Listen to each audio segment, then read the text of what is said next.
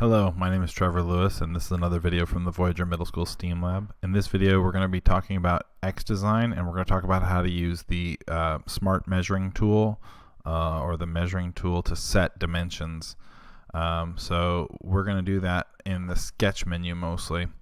So here we are in xDesign. This works a little bit differently. The smart dimension tool, they've got a sketch dimension tool now in xDesign. It's not quite the same as the one that's in SolidWorks, but it works pretty close to the same. Let's start by just making a cube. I'm going to grab a rectangle tool. I'm going to grab a plane. I'm going to draw myself a square. Now we've talked about how to estimate. If we wanted to estimate, we could use these grids. These are 100 millimeter squares because we're in millimeter mode. But if I start at the center here and I go like this, I could estimate. You can see it's not snapping there, but I could estimate it. Or if let's say I'm going to make let's go 40 by 40 by 40 millimeter cube. So I'm just going to draw something. It doesn't even have to look like a square. I could even go pretty extreme with it not looking like a square. And I've drawn this sketch, but I haven't closed my sketch yet. I could close it and then reopen it, but the sketch needs to be open for this to work. So if you try and use the sketch dimension tool and you don't have a sketch open, it'll say the sketch needs to be open. You need to have an active sketch. So I can tell I have an active sketch because I got this sketch check mark and red X open. Now I can grab this tool, and the first one I use in my whole model will define what's going on. So this is the first edge I've done. So you can see it's actually pretty close to 40. Actually, I'm going to hit escape on the keyboard. We'll do the long one first, because I want one that's not actually close to 40. So this one says it's 147.011 millimeters. And as soon as I click to place that dimension, you can see it pops open as a dialog box. And I can just type right over the top of it, 40, and hit enter. And what happened was that the rectangle didn't change at all.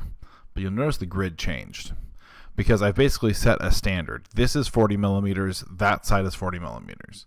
It still assumes that I basically want the shape that I drew, but I don't. I want a square. So I'm going to grab this side like this, and I'm going to type in 40 there as well. And that's where the resize happens. So if I've constrained a point, I believe I constrained this point to the intersection of these planes, so it's not going to move, but this extends down, so now it's 40 by 40. To make it a cube, I would just need to go to Features and choose Extrude. And then to make the height 40 as well, I just type in that 40.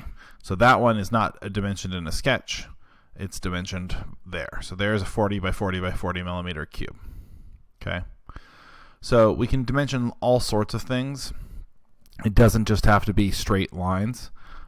It doesn't have to be a square or a rectangle. So let's draw some other shapes. I'm going to grab that plane real quick, and we're going to just draw an angle here, like so. And then I'm going to switch. You notice I was switching right in the middle there. If I want to make these two sides a certain length, I can click on them. And this is where things get a little bit tricky, because you can see I'm at this angle here. If I go straight away from it, that's how long the line is. But if I go along an axis, like the x-axis, I get the height of the line, which is not the same as its length. If I go along that y-axis, you'll see it switches to the width of that line, and not the actual length of how long the actual line is. So when you're measuring things that are not lined up with axes, you have to be careful that you're measuring the thing that you want to measure. So I can tell I'm measuring the length of this line because these dimensions are at 90-degree angles to my line. So then I can type in a number here, and you'll see it makes that line longer. I can also measure the angle between two lines. I can do that by clicking on the first one. It'll start measuring that line. But then before I click to place, I'll click the other line, and then you can see I get an angle in between. So if I want that to be exactly 45 degrees, I can make it exactly 45 degrees. Okay. The other thing I wanted to show you is I'm not going to extrude this one right now. I'm just going to close the sketch, and you'll see that you can't actually see the dimensions when you're outside the sketch. In order to see those dimensions or edit them, I'd have to be inside the sketch. And then I can just edit them by clicking on that and typing a new angle. Okay. I can also do that in my existing sketches for my extrude. So I'm going to close this sketch here, and I want to reopen this sketch that's part of my extrude. If I double click it, I can come in here and say, actually, I want this cube to be more of a rectangular prism. And then I can do it that way. So just because you're done with the sketch and you've made it into something doesn't mean you can't go back and edit it. You can measure angles. You can also measure from point to point. So let me draw a hexagon here.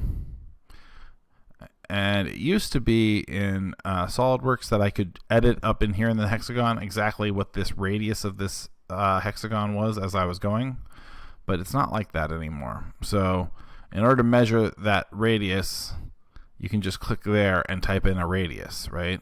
Not like that, but straight out from that so that the lines are perpendicular. So I could change the radius like that. But another way to change how big this is maybe I want it from point to point to be a certain size. So I'll click on the dimension tool and I'll click on this point, and it doesn't really do anything yet. But when I click on this other point, that's how I get my dimension. And again, you've got a height that's parallel to an axis, you got your actual dimension, and over here someplace I'd get this offset here. So I don't want that. I'd want something like that. So if I knew I wanted that to be 75 millimeters, I just type it in, it'll resize for me. Okay, so these are all the different ways of using the dimension tool that I can think of right now. So why don't you throw some measurements in, and I will, if you could screenshot it with the measurements showing inside the sketch, that would be good, and I can go in and see if you've got those measurements correctly in your file. Don't forget, always need to press save, and you always need to press close so that I can see your file.